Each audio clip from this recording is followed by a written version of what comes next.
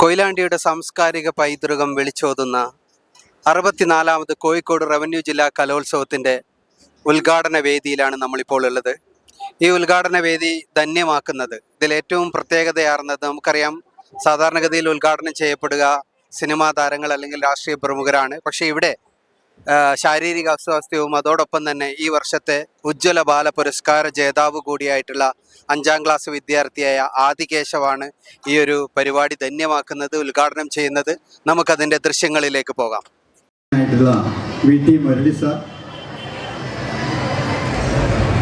പ്രശസ്ത സിനിമാ പിന്നണി ഗായകനാണ് അദ്ദേഹം. അതേപോലെ നമ്മുടെ higher secondary principal Rajesh Kumar sir,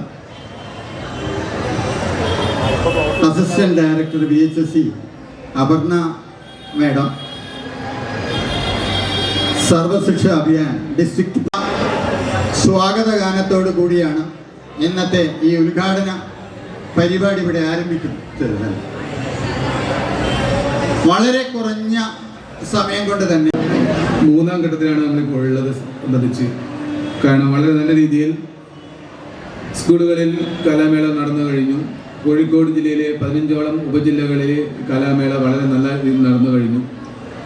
അതിനുശേഷം ആ 15 ഉപജില്ലകളിൽ നിന്ന് തിരഞ്ഞെടുക്കപ്പെട്ട 312ഓളം ഇനങ്ങളിൽ തിരഞ്ഞെടുക്കപ്പെട്ട വിദ്യാർത്ഥികളാണ് നമ്മുടെ ജില്ലാതലത്തിൽ നിന്ന് മത്സരിക്കാൻ ഇവിടെ എത്തിച്ചേർന്നിരിക്കുന്നത്. ഏകദേശം അതിൽ നിന്ന് ആ കുട്ടി സംഗീതത്തോടും താളത്തോടും ഒക്കെയുള്ള ഒരു താല്പര്യം, പാഷൻ കണ്ടെത്തുകയും അങ്ങനെ കുട്ടിയെ മെല്ലെ ഈ ഇത്തരത്തിലുള്ള പഠനത്തിലേക്ക് കൂടി കൊണ്ടുവരാൻ ശ്രമിക്കുകയും ചെയ്യാണ് ഉണ്ടായത്. പ്ലീസ്.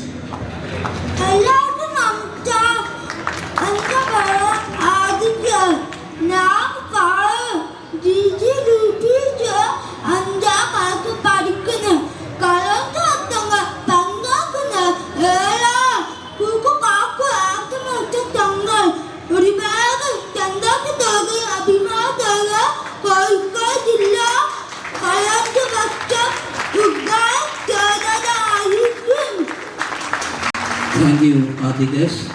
ഹൃദയത്തിൻ്റെ അടിത്തട്ടിൽ നിന്ന് ആദികേശിനുള്ള എല്ലാവിധ സ്നേഹങ്ങളും അറിയിക്കുകയാണ്. ഇനി ആദികേശിൻ്റെ ഡ്രം സെറ്റ് വായനയിലേക്ക് നിങ്ങളെ ക്ഷണിക്കുന്നു. We proudly welcome Adigesh to inaugurate the function.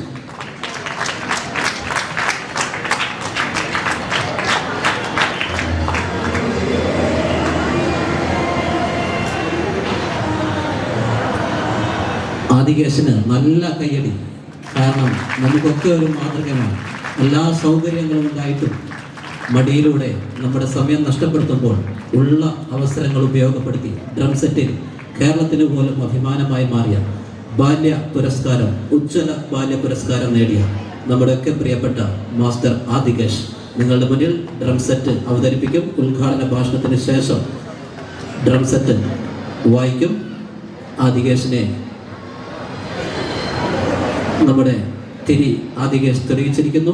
ഇനി നമ്മുടെ സംഘാടക സമിതിയിലെ മറ്റ് അംഗങ്ങൾ തെളിയിച്ചു കൊണ്ടിരിക്കുകയാണ്.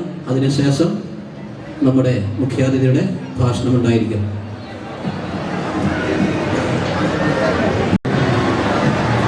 നമ്മളെപ്പോഴും ശ്രദ്ധിച്ചോ, നമ്മൾ നിരീക്ഷിക്കുന്നത് ഈ കലകളുടെ ആഖ്യാനത്തിൽ അല്ലെങ്കിൽ അതിൻ്റെ നമ്മൾ ഓരോ കാലഘട്ടത്തിലും അതെങ്ങനെയാണ് മാറി വരുന്നത് എന്നതിനെ കുറിച്ചാണ്.